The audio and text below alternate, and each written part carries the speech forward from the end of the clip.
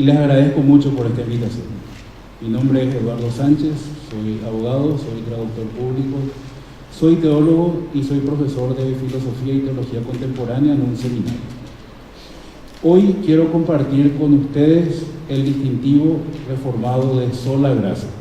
Y desde ya voy a abrir mi paraguas. Les aclaro que esto no va a ser una prédica, va a ser una clase. Entonces, espero que sepan perdonar el tono académico que le voy a dar. Vamos a abrir nuestras Biblias para empezar en Efesios capítulo 2.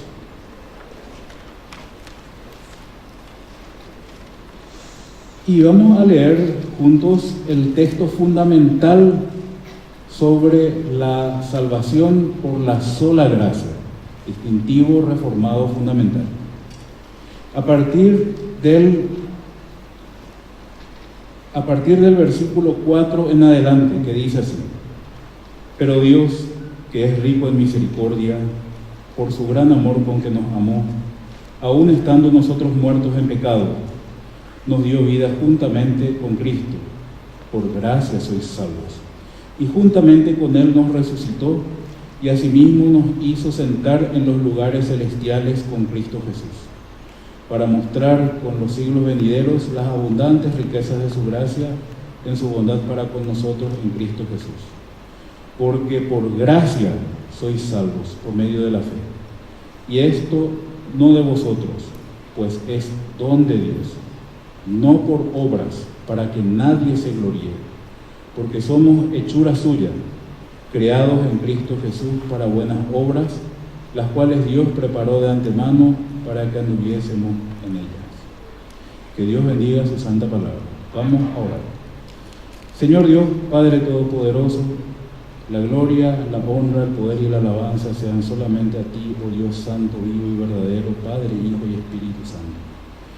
Gloria sea a ti, Señor, por esta salvación, por gracia tan grande con la que tú nos has bendecido desde lo alto, desde los lugares celestiales en Cristo Jesús. Y te pedimos, Señor, que tu Espíritu Santo presida esta reunión, que tu Espíritu Santo bendiga y vivifique tu santa palabra con poder, con sabiduría, con iluminación, y que todo lo que compartamos hoy sea de bendición, sea para tu gloria, para la honra de tu santo nombre, y también permite, Señor, que podamos llevar a la vida práctica, podamos aplicar y entender lo que podamos aprender. Gracias, Señor. Te lo pedimos por nuestro Señor Jesucristo, tu Hijo amado. Amén. Muy bien. Como les digo, tengo que abrir el paraguas porque estaba a punto de decirles, bueno, sabemos de lo que estamos hablando. Y había sido que sí, saben de lo que estamos hablando porque ahora acabo de ver una representación excelente en donde me muestran que sí saben realmente lo que es la gracia. Pero igual voy a tener que decir lo que tenía preparado. Pero aún así hay que tener en cuenta algo. Es bueno ser cuidadosos en nuestra comunicación. Muchas veces hablamos y no sabemos realmente de lo que estamos hablando. O a veces sabemos de lo que estamos hablando, pero hablamos con un código secreto, con una jerga que solamente nosotros entendemos. Entonces, por ejemplo, piensen en una persona que no conoce a Cristo, que nunca estuvo en la iglesia. ¿Y qué pasa si, por ejemplo, le decimos algo como lo que está en Apocalipsis 7:14?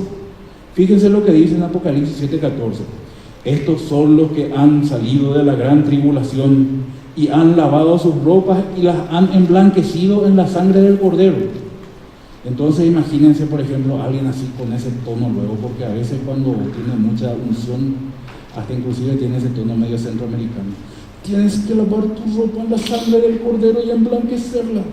Y entonces una persona que nunca estuvo en la iglesia va a pensar, bueno, ¿qué estás diciendo? ¿Cómo es posible que yo tenga que meter mi ropa en sangre para que se blanquee, verdad? Y así es muchas veces con nuestra comunicación. Hablamos muchas veces de muchos términos, gracia entre ellos, pero hay muchos otros: expiación, propiciación, redención. ¿Sabemos realmente lo que significan estos términos? ¿Sabemos lo que significa gracia? Sí saben, ¿verdad? Pero eso es lo que quería decirles. Tenemos que saber de qué estamos hablando. Y por eso hoy vamos a estudiar tres cosas. Primero, ¿qué es gracia? que por lo visto no tengo mucho que decir. En segundo lugar, cómo es que la doctrina de la gracia entonces se presenta en la Biblia. Y finalmente, ¿por qué sola gracia? O sea, una cosa es gracia, pero otra cosa es por qué sola gracia y por qué sola gracia fue el distintivo de la Reforma. De hecho, yo no creo no equivocarme si les digo que quizá sola gracia es el distintivo fundamental de la Reforma, el distintivo con el que nació la Reforma. Y entonces por eso es que es tan crítico, tan fundamental entender qué es gracia y qué es específicamente sola gracia. Y finalmente ver entonces cómo podemos mostrar y aplicar un poquito de esa gracia en nuestras vidas. Entonces, ¿cómo y por qué hablamos de gracia? En cierto modo, la Biblia es el testimonio de la gracia de Dios para el ser humano. Es toda una historia de cómo la gracia de Dios se desencadena, se desenvuelve y penetra, digamos por así decirlo, en la historia de la humanidad, hasta cristalizar en la manifestación más alta de la gracia, que es el sacrificio redentor de Cristo Jesús. Pero vamos a ver entonces, primero, tenemos que entender en cuenta algo. La doctrina cristiana sale de acá, de la Biblia, la palabra de Dios. Esta Biblia, la palabra de Dios, es nuestra única regla de fe y práctica. Entonces, si algo decimos que es doctrina, es porque tiene que estar acá. Entonces, ¿cómo sale la gracia de la Biblia? Y no vamos a estar acá recorriendo toda la Biblia para ver todos los textos que hablan de gracia, pero sí vamos a mencionar que hay dos palabras que se suelen usar para gracia. En el Antiguo Testamento hay una palabra para gracia, y donde más bien se nota esa palabra es casi al comienzo de la Biblia, en Génesis capítulo 6. Vean un poco, Génesis 6, 8.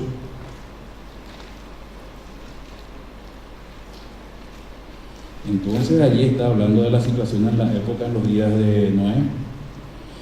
Y básicamente Moisés, el autor del Génesis, acá nos está diciendo que era un desastre. Y desastre total era todo.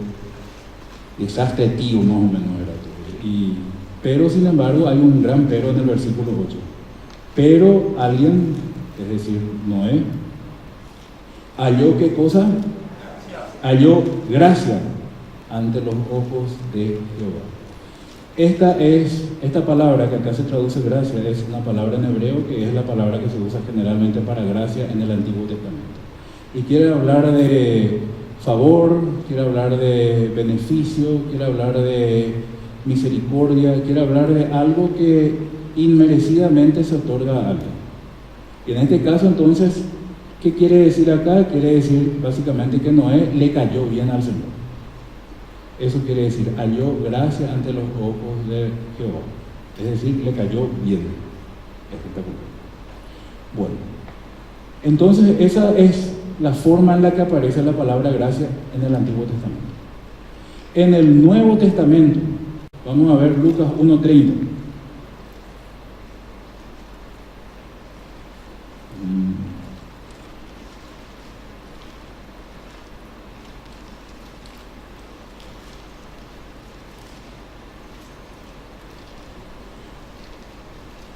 Lucas 1:30, el momento de la anunciación, el ángel le tranquiliza a María, la Virgen, que dice, no temas María, ¿por qué? Porque has hallado ¿qué cosa? Gracia. Has hallado gracia, pero ¿ante quién? ¿Ante Juan Pérez? No, ante los ojos o delante de Dios. Acá, esta palabra que se traduce como gracia es la palabra griega que se usa, digamos, para gracia. Es un concepto que se parece mucho al concepto de amor, al concepto de caridad. También viene prácticamente de raíces similares. Esa es la palabra que usamos como gracia en el Nuevo Testamento. Entonces pueden ver en Génesis 6:8, es espectacular. Ya está. Entonces, Génesis 6:8, Lucas 1:30, ahí ven los modelos de las palabras del Antiguo y Nuevo Testamento en donde se usa gracia. Y entonces, uno buscando esas palabras, ve cómo se desenvuelve, cómo se desarrolla la doctrina de la gracia en toda la Biblia, tanto en el Antiguo como en el Nuevo Testamento. Y en base a eso, entonces, uno hace su trabajo, ¿verdad? Junta todos estos textos, los estudia, los analiza y luego saca las conclusiones. Y así surgen las grandes definiciones, así como las que ustedes usaron en la obra teatral, que estuvo buenísima. Yo les voy a tirar ahora dos definiciones, que son sacadas de dos libros de texto. Les voy a dar una definición de un gran teólogo medieval, que se llama Tomás de Aquino, y otra de un gran teólogo de la época moderna, Luis Berkhof. Tomás de Aquino dice en su Suma Teológica que la gracia es un don concedido gratuitamente que recibimos de Dios en la vida presente. Me olvidé omitir una palabra, es un don concedido gratuitamente e inmerecidamente que recibimos de Dios en la vida presente. Es una definición compuesta armada de dos pasajes de la Suma Teológica. Luis Berkhof tiene esta definición y fíjense que es exactamente igual a la que ustedes dijeron en la obra teatral. Es el favor, amor o don inmerecido de Dios, amor gratuito y soberano para el ser humano en su estado de pecado y de culpa, que se manifiesta en el perdón del pecado y la liberación de la pena merecida. Fíjense, esta última palabra, merecida, es muy importante para entender nuestro estudio sobre la doctrina de la gracia. ¿Se dan cuenta? Que dijeron todos ustedes. Yo les cité ahora a Berkhof, a Tomás de Aquino, pero ellos dicen lo que ustedes dijeron acá. Me tengo que ir, ¿no? Bueno, pero ahora bien, ¿cómo se manifiesta esa gracia? La gracia, podemos decir, según los teólogos, y en esto le estoy siguiendo bastante a Berkhof, la gracia se manifiesta en el actuar de las tres personas de la Trinidad. Entonces, Dios Padre manifiesta la gracia de cierto modo, Dios Hijo, Jesucristo, manifiesta la gracia de cierto modo, Dios Espíritu Santo manifiesta la gracia de cierto modo. Entonces, en primer lugar, la gracia se manifiesta como una de las perfecciones o atributos que se manifiestan o que se atribuyen específicamente a Dios el Padre. Por ejemplo, está lo de 1 Pedro 5:10, que inclusive es una música. ¿Qué dice 1 Pedro 5:10? Vamos a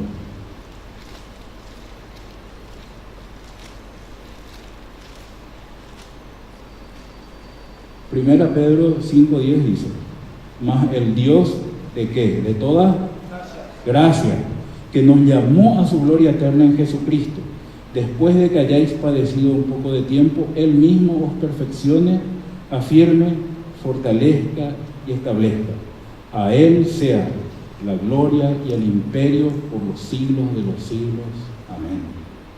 Acá, si se dan cuenta, como se habla aparte de Dios y de Jesucristo, entonces lo más razonable es hablar de Dios Padre en este aspecto. Entonces, es una de las perfecciones o atributos de Dios Padre. Entonces, en este caso, la gracia se puede decir que es como la causa final. Es decir, si alguien pregunta, ¿por qué Dios hace esto? Por su gracia. Porque a Él le dio ganas y por su gracia, por su favor inmerecido, por su ganas de darnos algo que nos merecíamos, entonces es que tenemos esta oportunidad. Porque Él es así. Él es de donde salen todas las bendiciones, de donde sale toda nuestra salvación, de donde sale toda nuestra justificación, de donde sale todo lo bueno, por su gracia, porque Él tiene gracia, porque Él es gracia, Él es Dios de toda gracia. Ahora bien, eso entonces es en cuanto a Dios el Padre. Y en cuanto a Dios el Hijo, vamos a ver, Romanos 3, vamos a Romanos. Acá vamos a hablar mucho de Romanos. Romanos capítulo 3, versículo 21 en adelante. Pero ahora, aparte de la ley, se ha manifestado la justicia de Dios, testificada por la ley y por los profetas. La justicia de Dios por medio de la fe en Jesucristo para todos los que creen en Él, porque no hay diferencia, por cuanto todos pecaron y están destituidos de la gloria de Dios, siendo justificados gratuitamente por su gracia, mediante la redención que es en Cristo Jesús. a quien Dios puso como propiciación por medio de la fe en su sangre, para manifestar su justicia, a causa de haber pasado por alto en su paciencia los pecados pasados, con la mira de manifestar en este tiempo su justicia, a fin de que Él sea el justo y el que justifica al que es de la fe de Jesús. Entonces, gracia es, como dicen los teólogos, la provisión objetiva que Dios hizo para la salvación de la humanidad. El gesto que Dios hizo, sea salva a la humanidad por medio de la fe en Jesucristo, eso es gracia. La gracia se manifiesta por Jesucristo de ese modo. Vamos también al capítulo 5 de Romanos. Romanos 5, versículo 15 en adelante. Pero el don no fue como la transgresión, porque si por la transgresión de aquel uno murieron los muchos, abundaron mucho más para los muchos, ¿qué cosa? La gracia y el don de Dios. ¿Por quién? Por la gracia de un hombre. ¿Quién es ese? Jesucristo.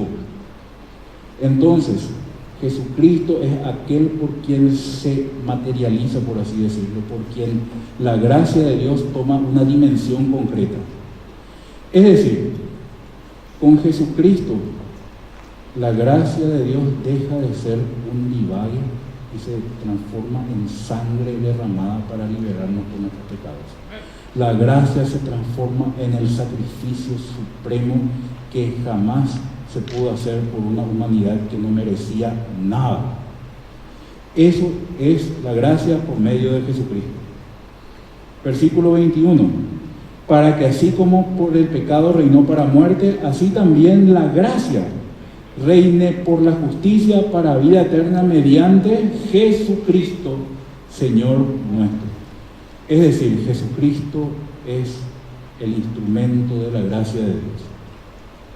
Y por último, vamos a ver un texto de Romanos 6, en donde no aparece la palabra gracia, pero aparece un equivalente. Romanos 6, 23, que todos saben de memoria. Pero la paga del pecado es muerte, pero ¿qué cosa? Pero la dádiva es regalo. Es decir, es justamente gracia. La dádiva de Dios es vida eterna en ¿quién? En Cristo Jesús, Señor nuestro. Amén. Entonces, así es como la gracia se manifiesta por medio de Jesucristo. Y gracias a esa obra redentora del Señor Jesucristo, entonces, hoy día el Espíritu Santo sigue derramando gracia a raudales en su iglesia. Vamos a ver Romanos 11 primero.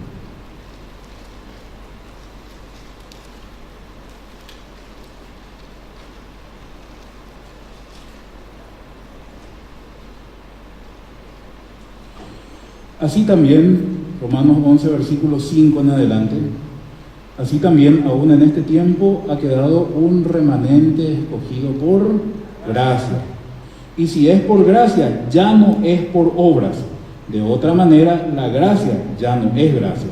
Y si por obras ya no es gracia, de otra manera la obra ya no es obra. Acá tenemos que aprender entonces que en la manifestación de la gracia de Dios tenemos que distinguir bien gracia de cualquier cosa que tenga aún así de chiquitito de ver con lo que es el esfuerzo o el mérito del ser humano. La gracia de Dios y el mérito humano son como el agua y el aceite, no se mezclan. Y eso es algo que tenemos que tener en cuenta. No podemos hablar, por ejemplo, de un híbrido gracia y obra o gracia y mérito. La gracia de Dios excluye todo mérito humano. Y si aún la gracia nos desemboca en obras buenas, esas obras buenas, ese esfuerzo humano, no es mérito nuestro, es un producto, es un efecto de la gracia de Dios. Otros textos más, Efesios 3.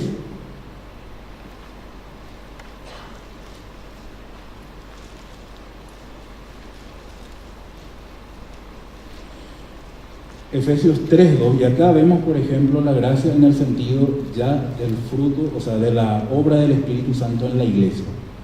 Efesios 3:2, si es que habéis oído de la administración de la gracia de Dios que me fue dada para con vosotros. Acá vemos que nos está hablando precisamente de la redención en sí, sino de la aplicación de la obra de redención, y eso lo hace el Espíritu Santo. El Espíritu Santo es el que se mueve en la iglesia aplicando y siendo testigo de Cristo. Y acá vemos eso. Versículos 7 y 8, del cual yo fui hecho ministro, habla del Evangelio, por el don de la gracia de Dios que me ha sido dado según la operación de su poder. ¿Quién se mueve en poder en la iglesia de Cristo? El Espíritu Santo. A mí, que soy menos que el más pequeño de todos los santos, me fue dada esta gracia de anunciar entre los gentiles el Evangelio de las inescrutables riquezas de Cristo. Me fue dada esta gracia. ¿Quién le dio? Le dio el Espíritu Santo. El Espíritu Santo es el que aplica los frutos de Cristo en la iglesia. Y eso se ve más todavía en capítulo 4, siguiente. Pero a cada uno de nosotros, versículo 7, pero a cada uno de nosotros nos fue dada la gracia conforme a la medida del don de Cristo, por lo cual dice, subiendo a lo alto, llevó cautiva la cautividad y dio dones a los hombres. Y eso acá está mucho más claro porque vemos inclusive un poquito antes, en el versículo 3, que dice que en la iglesia todos tenemos que ser solícitos en guardar la unidad del Espíritu en el vínculo de la paz. Un cuerpo y un espíritu, como fuisteis llamados en una misma esperanza de vuestra vocación. Un Señor, una fe, un bautismo, un Dios y Padre de todos, el cual es sobre todo y por todos y en todos. Ese Espíritu Santo es el que nos une, es el que hace que podamos decirnos hermanos, a pesar de que ustedes sean CFA, yo sea miembro de la Iglesia Cristiana de la Gracia. A pesar de que esté en otra denominación, quizás nunca nuestros caminos se cruzan después de acá, pero somos hermanos y gracias a eso yo recibo de ustedes con mucha honra la diestra de compañerismo, por ese Espíritu Santo, por esa gracia que nos fue dada. Y entonces quiero notar eso. Dios Padre es el Dios Padre de toda gracia. Él es el autor de todos los dones, es el autor de todas las bendiciones, es el que decidió desde antes de la fundación del mundo llamar a un pueblo adquirido por Él que se llama la Iglesia. Dios Hijo entonces instrumentaliza esa gracia por medio de la obra de la redención. Y por medio de esa obra de la redención tenemos acceso a esa gracia de Dios. Y el Espíritu Santo es el que aplica esa gracia en la iglesia, produciendo fruto y multiplicándolo por innumerables dones y bendiciones. Fíjense qué maravilloso es ver a toda la Trinidad, Padre, Hijo y Espíritu Santo, actuando en concierto sobre la maravillosa doctrina de lo que es la gracia de Dios. Eso, básicamente eso es lo que yo les puedo decir positivamente sobre la gracia. Negativamente tengo que decirles que la gracia, ya les dije adelante, que tiene un antídoto o un antónimo, por así decirlo. A la gracia no se le opone la desgracia, a la gracia se le opone el mérito. Mérito es aquello que uno merece y la gracia es un favor es inmerecido. Entonces el mérito es lo contrario de la gracia. Entonces si hay gracia no hay mérito, y si hay mérito no hay gracia. Los méritos, discúlpenme, pero nuestros méritos no valen nada. Fíjense, podría haber citado muchos textos de la Biblia, pero fíjense en Isaías 64, un texto muy conocido, Isaías 64, 6. Vean un poco. Les digo, un texto un poquito gráfico. Está así en la escala del texto medio, en la crudeza del lenguaje, está por ahí, casi por ahí cerca de Ezequiel 16, por ejemplo, que decía un texto bien gráfico. Pero en este, por ejemplo, fíjense lo que dice: si bien todos nosotros somos como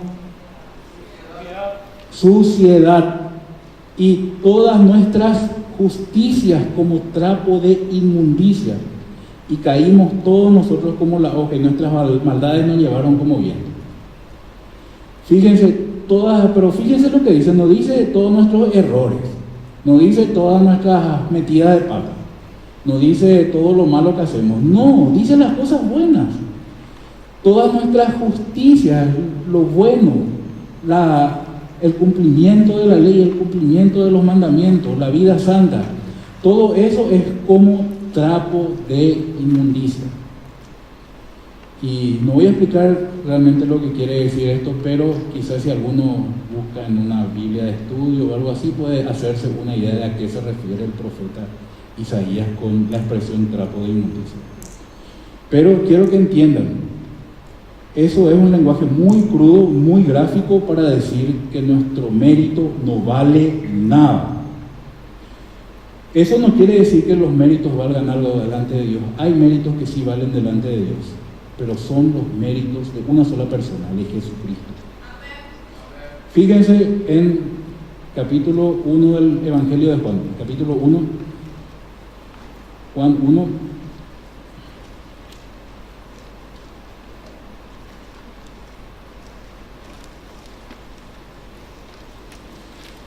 Vamos a leer desde el versículo 14, que dice así: y aquel verbo fue hecho carne y habitó entre nosotros, y vimos su gloria como la del unigénito del Padre, lleno de gracia y de verdad. Juan dio testimonio de él y clamó diciendo: este es de quien yo decía, el que viene después de mí es antes de mí, porque era primero que yo. Porque de su plenitud tomamos todos, y gracia sobre gracia. Pero fíjense lo que dice ahora: pues la ley por medio de Moisés fue dada, pero ¿la qué? La gracia y la verdad vinieron por medio de Jesucristo. Los méritos de Jesucristo fueron los que nos trajeron la gracia de Dios. Solamente los méritos de Cristo. Porque después, para nosotros, que no somos Él, para nosotros es sola gracia. ¿Está claro entonces eso? La ley por medio de Moisés fue dada, pero la gracia y la verdad vinieron por medio de Jesucristo. Jesucristo mereció la gracia. Después nadie. Para el resto de nosotros, todas nuestras justicias son como trapo de inmundicia.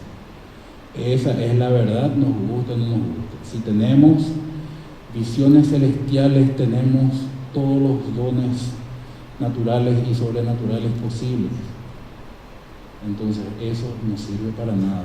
Todas nuestras justicias son como trapo de inmundicia. Si cumplimos cada precepto de los 613 mandamientos que están en la ley, entonces eso no nos hace más merecedores de la gracia. Todas nuestras justicias son como trapo de inmundicia. Eso no quiere decir que no tendremos que buscar la justicia. Buscad primeramente el reino de Dios y su justicia, dice Mateo 6:23. Pero ante Dios todas nuestras justicias son como trapo de inmundicia. Solamente Jesucristo y su justicia es lo que vale, porque la gracia y la verdad, como dice Juan 1, vinieron por medio de Jesucristo.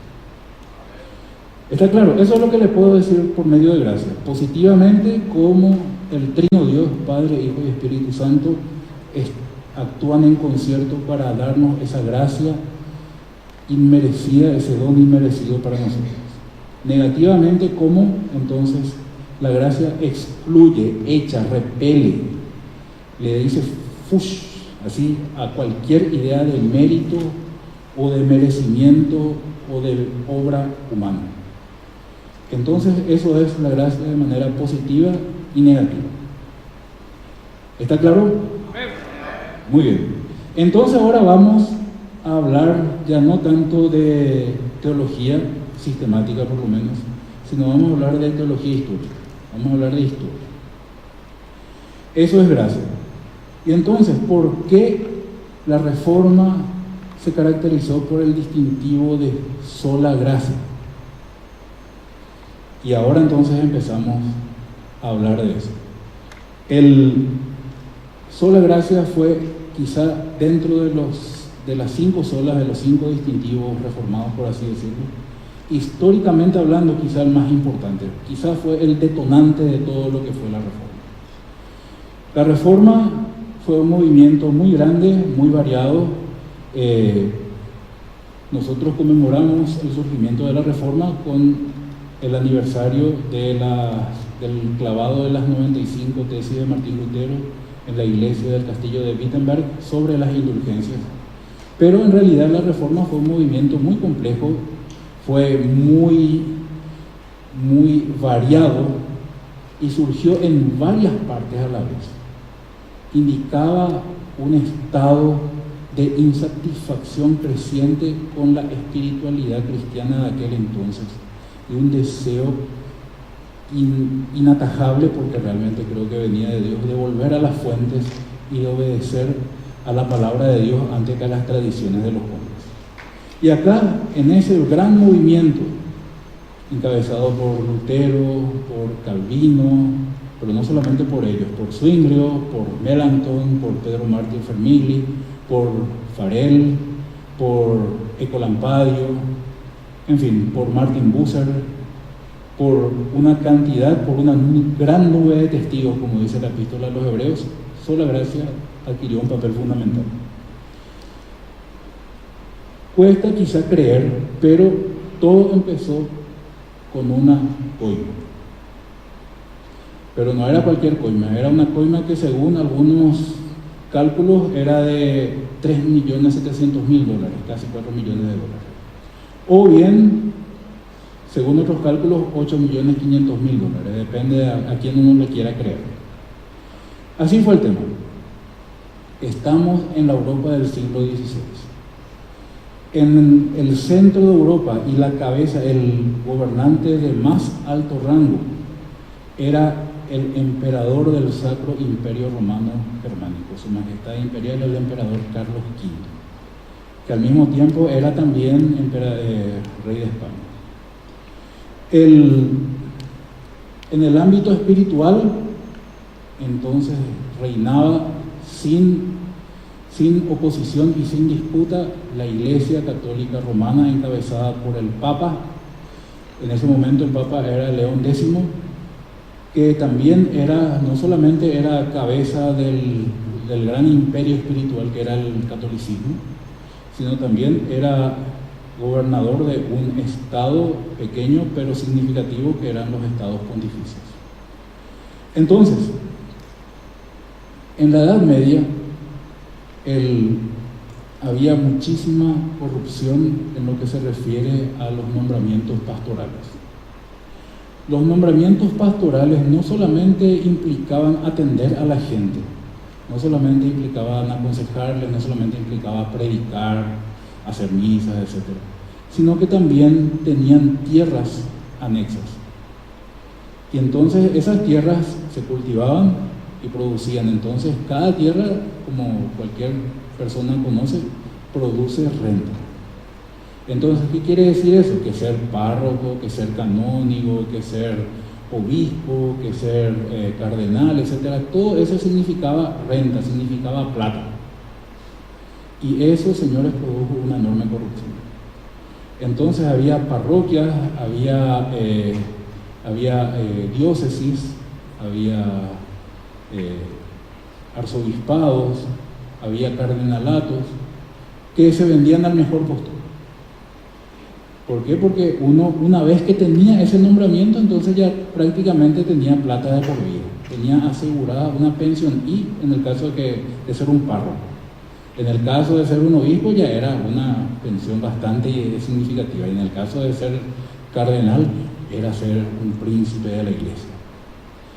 Y había gente que tenía en su persona varios nombramientos.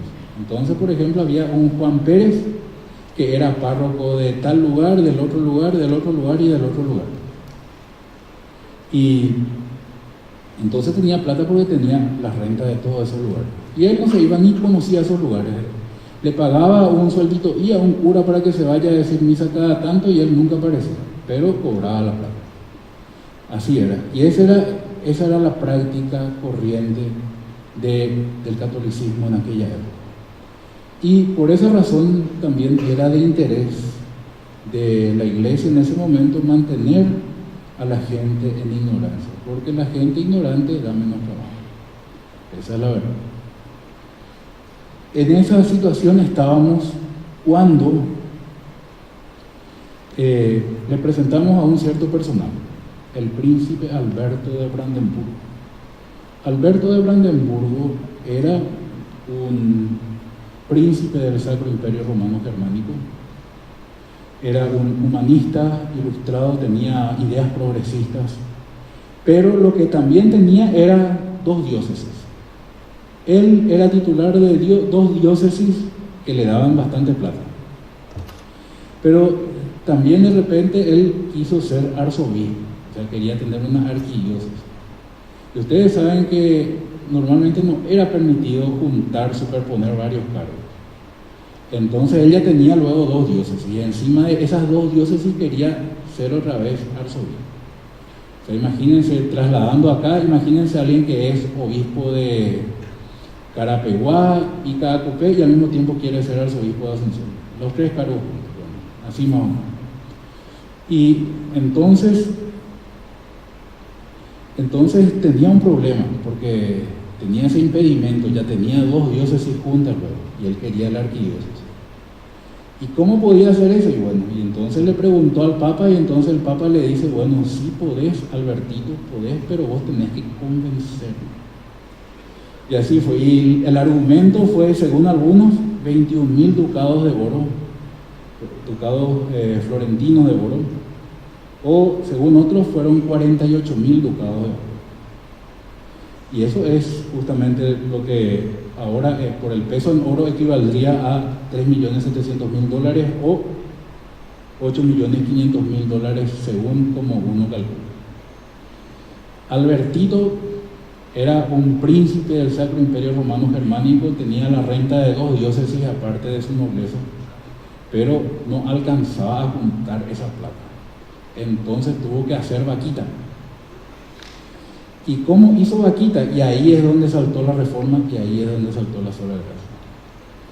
Él, entonces, transó, digamos, diciendo así al Papa, bueno, nombrame ahora arzobispo. Y una vez que yo sea arzobispo, entonces voy a dictar indulgencia plenaria para todo aquel que haga contribución para la construcción de la Basílica de San Pedro. Y vamos a ir a medias. La mitad para mí y la mitad para vos, Santo Padre. Y así fue. Y él entonces la mitad tenía que guardar porque él no tenía la plata, los ducados de oro, los 21.000 ducados o 48.000 ducados, y prestó esa plata. Prestó de unos banqueros, de los Fugger. Y entonces para pagar esa plata más los intereses es que hizo ese esquema. Entonces Alberto de Brandenburgo dictó indulgencia plenaria para todo aquel que haga una ofrenda para la obra de San Pedro, y ellos decían que era para San Pedro, pero en realidad la mitad no era para San Pedro, la otra mitad era para pagar el préstamo que el amigo Alberto había hecho. Esa fue la fuente de la sola gracia. ¿Por qué? Porque para poder tener éxito, entonces Alberto le dio la franquicia de la prédica de esta indulgencia plenaria a un dominico, Johann von Tetzel. Y Johann Tetzel fue muy buen marketero, entonces era muy buen vendedor, se iba por todas partes y le decía a la gente, tan pronto como tu moneda hace clic acá o hace clink caja acá dentro del alfolí, ya el alma de tu ser querido ya tiene la indulgencia plenaria y se va al cielo. Y eso le indignó a mucha gente, le indignó a Lutero, y gracias a eso fue que él clavó sus tesis en la iglesia del castillo de Wittenberg, y desde ahí la historia cambió radicalmente. Entonces, ¿qué pasó? Pasó entonces que la reforma empezó como una reacción a la venta de las indulgencias para pagar una coima. Eso fue. Pero ¿qué son las indulgencias? ¿Y por qué tiene que ver esto con sola gracia? Y ahí es lo que vamos a ver. La indulgencia es un negocio, por así decirlo, un negocio espiritual, en donde hay tres grandes doctrinas antibíblicas del catolicismo que entran a jugar. En primer lugar, la idea antibíblica del purgatorio. El purgatorio es un lugar de tormento. En ese lugar de tormento se van todas las almas que supuestamente son salvas, pero que no pagaron el castigo temporal por su pecado. Porque para el católico hay un castigo eterno y un castigo temporal. Y entonces en el purgatorio te vas y no pagás tu castigo temporal. En segundo lugar, la idea también antibíblica de dividir los pecados en mortales o veniales. Matarle a alguien, por ejemplo, era pecado mortal. Te mataba a alguien y te ibas al infierno directo. Perdía tu salvación, toda la onda, y te ibas, como te digo, te ibas al infierno. Ahora bien, un pecado, como decirle fatuo a una persona, así como dice, como ejemplifica el Señor en el Sermón del Monte. Entonces eso era un pecado venial. Entonces eso, bueno, no te llevaba al infierno, seguías salvo, pero sí te generaba una pena temporal que tenías que pagar en el purgatorio. Y detrás de eso estaba la idea perversa, impía, maldita, de decir, porque esto se dice, y lamentablemente hasta ahora se enseña en el catolicismo, de decir que cuando uno es salvo, entonces Jesucristo le limpia de toda la pena eterna, pero no le limpia de la pena temporal. Lo mismo cuando uno comete un pecado mortal y supuestamente pierde su salvación, se va a confesar, el cura le da la penitencia, pero muchas veces la penitencia solamente cubre la pena eterna, entonces uno queda con la pena temporal pendiente. Imagínense la blasfemia maldita de decir que la obra de Cristo no limpia de todo pecado. La Biblia dice, la sangre de Cristo nos limpia de algunos, no, de todo pecado. Y sin embargo, hay gente que se atreve a decir que la obra de Cristo no se aplica a una cierta serie de pecados o a una cierta serie de penas por el pecado. Y esa es una de las ideas clave detrás de la indulgencia. Ahora bien, entonces, ¿qué pasa? Una persona que muere con el auxilio de la extrema unción y todo eso, entonces puede ser que se salve del infierno, pero le quedan 900 años en el purgatorio. ¿Y cuál es la salida entonces para eso? Hacer misa por él, rezarle, hacer la novena por él, etc. Y cuanto más se haga misa por él y más se rece por él, entonces más se reduce su tiempo en el purgatorio. Así es. O bien se puede lucrar una indulgencia, que es donde entra nuestro medio. O ahí es donde entra nuestro negocio. ¿Qué son entonces las indulgencias? Y acá entramos en otra distinción. Para la teología medieval y todavía para la teología católica hay una distinción entre lo que Jesús dijo sobre cómo debíamos vivir. Entonces hay consejos y hay preceptos. Hay cosas que sí tenemos que hacer todos los cristianos según el catolicismo. Por ejemplo, no matar. Eso es algo que ningún cristiano debería hacer, matar. Ahora bien, hay otras cosas que no son preceptos, no son mandamientos, son consejos, ¿no? Por ejemplo, eso de dejar padre y madre, de guardar celibato para vivir una vida más santa, esos son todos consejos nomás.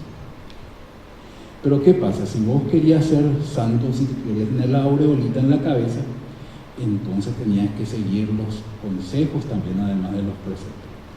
¿Qué quería decir eso? Quería decir que tenías que hacerte monje, monja, vivir una vida retirada del mundo, quizá meterte en un monasterio, en un convento, etc. Rezar todo el día, ayunar todo el día, etc. Entonces, ¿qué pasa con eso? Pasa que entonces hay gente que para el catolicismo era tan santa, que no solamente no tenía, digamos por así decirlo, se moría con un cheque en blanco en cuanto al purgatorio, se iba directo al cielo, de tan santa que era. Morían en olor de santidad, se le decía. Y aparte de eso, no solamente eso, sino que otra vez eran tan santos que vivieron mucho más de lo que se les podía exigir para ir directo al cielo. Tenían como un saldo positivo. Eso se conoce como mérito de obra supererogatoria. Y acá está el tema.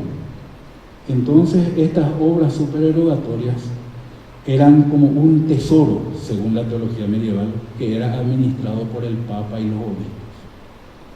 Y ese tesoro de obras supererogatorias que Guagu juntaba de todos los santos que vivieron santamente, etcétera, etcétera, entonces el Papa y los obispos lo podían dispensar al pueblo, lo podían otorgar al pueblo en forma de indulgencia. Entonces, en una indulgencia, un Papa o un obispo podía aplicar un poquito de ese tesoro de obras supererogatorias al pueblo a cambio de que ellos hagan algo.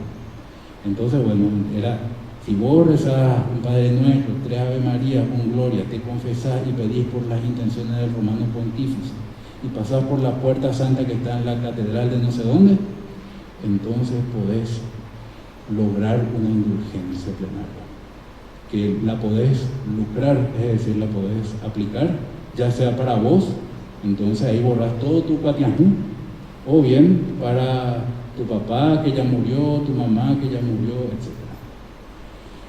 Imagínense qué fuerte que era este anuncio en la Edad Media, llena de ignorancia y de superstición sobre las cosas espirituales.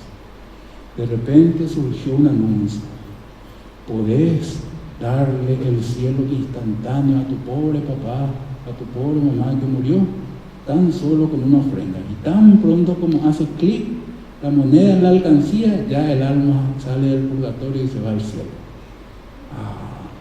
Y entonces veía uno a la gente que dar lo que no tenía para la construcción de la Basílica de San Pedro. O sea, el 50% era para eso, el 50% era para pagar el préstamo de Albertito. Eso fue lo que pasó. Esa era la situación. Les pido disculpas, la indulgencia es un concepto complejo, pero espero que hayan entendido eso. La indulgencia es la aplicación del tesoro de obras supererogatorias de los santos para la remisión de la pena temporal por los pecados, a cambio de cumplir unas condiciones que establecen el Papa o los obispos. Y si se dan cuenta, en el caracú de eso está la idea de que con méritos se puede lograr algo que solamente está reservado a la gracia. Fíjense que en el caracú de todo esto está la distinción entre pecados mortales y veniales. Algunos pecados te pueden hacer perder la salvación, otros pecados, sin embargo, te pueden dar purgatorio nomás. Pero, sin embargo, se olvida esa gente de Romanos 6:23, donde dice: la paga del pecado es muerte. Y acá no dice la paga del pecado mortal es muerte, no dice la paga del pecado que no es venial es muerte, dice la paga de cualquier pecado es muerte. No hay pecado venial, todo pecado es mortal. Y también se olvidan de que la sangre de Jesucristo nos limpia de algunos, no, de todo pecado. Y si alguno está en Cristo, nueva criatura es. Las cosas viejas pasaron, he aquí, todas son hechas nuevas. Y sin embargo, esa gente estaba lucrando con estupideces como ese tesoro de mérito supererogatorio. Eso fue lo que desencadenó la chispa de la reforma. Y de ahí entonces viene la teología de la sola gracia. Las 5 solas son polémicas, es decir, fueron formuladas en respuesta o en contra a algún error o algún desvío. Sola Escritura, por ejemplo, fue formulada contra el error que daba igual valor a la tradición que a la Escritura. Sola Fide o Sola Fe fue, por ejemplo, originada frente al error que daba, por ejemplo, igual importancia a las obras antes que a la fe. Y Sola Gracia fue formulada en polémica directa contra aquellos que daban, en vez de dar importancia a la gracia, daban importancia al mérito al igual que la gracia. Y esto fue por las indulgencias. Entonces, Entonces, eso es lo que quiero que entiendan. De ahí surgió sola gracia. Frente a esta teología blasfema, que además de ser blasfema, además de ser maldita, estaba oprimiendo al pueblo, se estaba usando para forrar las arcas de un príncipe impío que lucraba con los cargos eclesiásticos, y eso es un delito y es un pecado que se llama simonía, comerciar con lo sagrado. En vez de eso, entonces los reformadores dijeron, por la sola gracia, entonces es que somos salvos. Por gracia sois salvos por medio de la fe. Y esto no de vosotros, pues es don de Dios, no por obras para que nadie se gloríe. Sola gracia, señores. Y acá entonces quiero que vean, por ejemplo, cómo hasta inclusive el Antiguo Testamento es súper claro en estos aspectos. Vamos a Oseas, capítulo 14.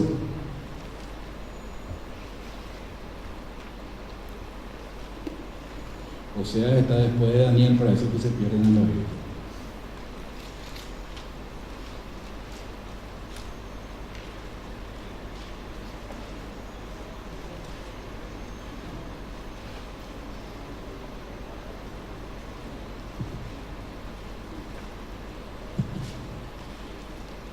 Y me sorprende realmente encontrar tanta claridad doctrinal en un texto del Antiguo Testamento.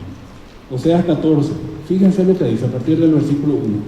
Vuelve, oh Israel, a Jehová tu Dios, porque por tu pecado has caído. Llevad con vosotros palabras de súplica, y volved a Jehová y decidle, quita toda iniquidad, acepta el bien y te ofreceremos la ofrenda de nuestros labios. No nos librará el asirio, no montaremos en caballos, ni nunca más diremos a las obras de nuestras manos, dioses nuestros, porque en ti el huérfano alcanzará misericordia. Y el versículo 4, fíjense, yo sanaré su rebelión, los amaré ¿de qué? De pura gracia, porque mi ira se apartó de ellos. De pura gracia, no de gracia con méritos, no de gracia con obras supererogatorias, no de gracia con el embuste, con el engaño del purgatorio, que no está en ninguna parte de la Biblia, sino que dice, yo les amaré de pura gracia. Ese fue el grito de los reformadores, pura gracia, sola gracia, don de Dios, para que nadie se gloríe. La gracia y la verdad vinieron por Jesucristo, y no hay ningún santo o virgen que pueda dar mérito alguno sobre eso. El único mérito es el de Jesucristo. Entonces, quiero que entiendan eso.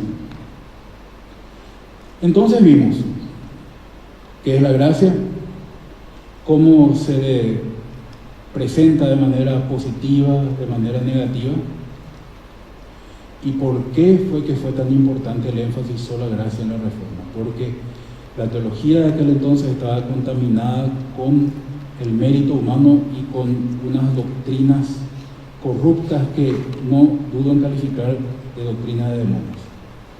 Por eso fue necesaria sola gracia, para recuperar este énfasis. Yo te amaré de pura gracia, dice el Señor. Ese énfasis teníamos que recuperar. Entonces nos queda una única cuestión para terminar todo esto, y es cómo se manifiesta o cómo debería manifestarse la gracia en nuestras vidas. Porque es muy fácil decir, sí, la gracia, la gracia, la gracia, la gracia, pero ¿qué pasa cuando nosotros somos cualquier cosa menos portavoces de esa gracia? ¿Qué tenemos que, cómo es que esa gracia debería impactar en nuestras vidas? Y les voy a decir una cosa, primero de todo, la gracia debe ser el definidor de la identidad del cristiano. Vayan a 1 Corintios 15.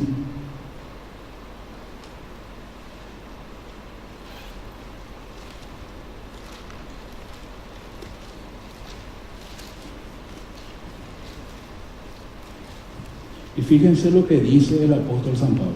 Él habla de sí mismo, pero también está hablando por nosotros. La gracia define nuestra identidad. Versículo 10, capítulo 15, versículo 10. Por la gracia de Dios, ¿qué dice? Soy lo que soy Piensen en esto. La gracia de Dios nos hace ser lo que somos.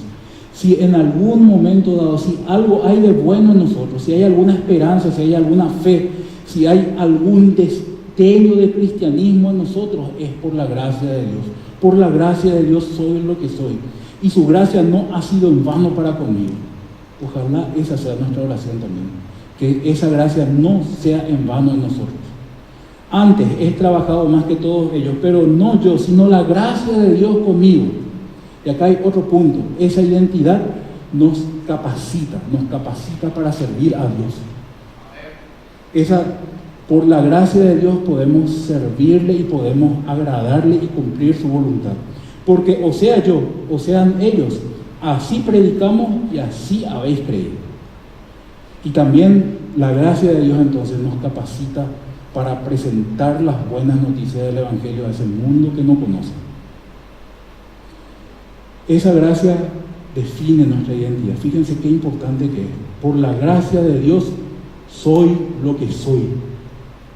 Por la gracia de Dios, entonces, es que yo tengo mi identidad como cristiano. Por la gracia de Dios es que puedo servirle a Él. Por la gracia de Dios es que puedo predicar de su gracia y puedo ser testimonio de una realidad diferente ante un mundo que no conoce a Dios. Y después, nuevamente acá me tengo que quejar con el grupo de oración porque justamente quería mostrarle el texto de Mateo 10, 18. Entonces, de gracia recibiste, de gracia dar.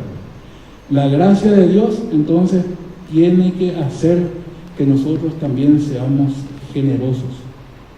Y cuidado con la simonía, que fue justamente la chispa que encendió la sola gracia. Cuidado con el hecho de pretender que merecemos algo por algo que recibimos de gracia. Lo que de gracia recibimos, de gracia hay que darlo. La gracia es, al contrario del tesoro de los méritos que no valen para nada, que son trapo de inmundicia. La gracia de Dios es un tesoro valioso e inagotable y tenemos que darlo con generosidad. Es el único tesoro que se acrecienta cuanto más lo damos. Entonces, seamos generosos con la gracia, sobre todo con esa manifestación suprema de gracia que es testificar de Jesucristo. Y, por último, vamos a ver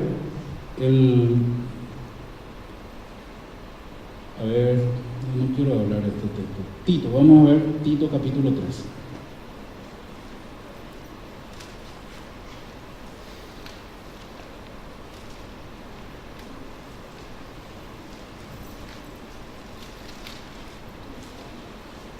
Tito capítulo 3, versículo 4 en adelante.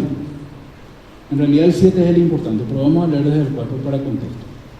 Pero cuando se manifestó la bondad de Dios nuestro Salvador y su amor para con los hombres, nos salvó, no por obras de justicia que nosotros hubiéramos hecho, sino por su misericordia, por el lavamiento de la regeneración y por la renovación en el Espíritu Santo, el cual derramó en nosotros abundantemente por Jesucristo nuestro Salvador, para que, justificados por su gracia, viniésemos a ser herederos conforme a la esperanza de la vida eterna.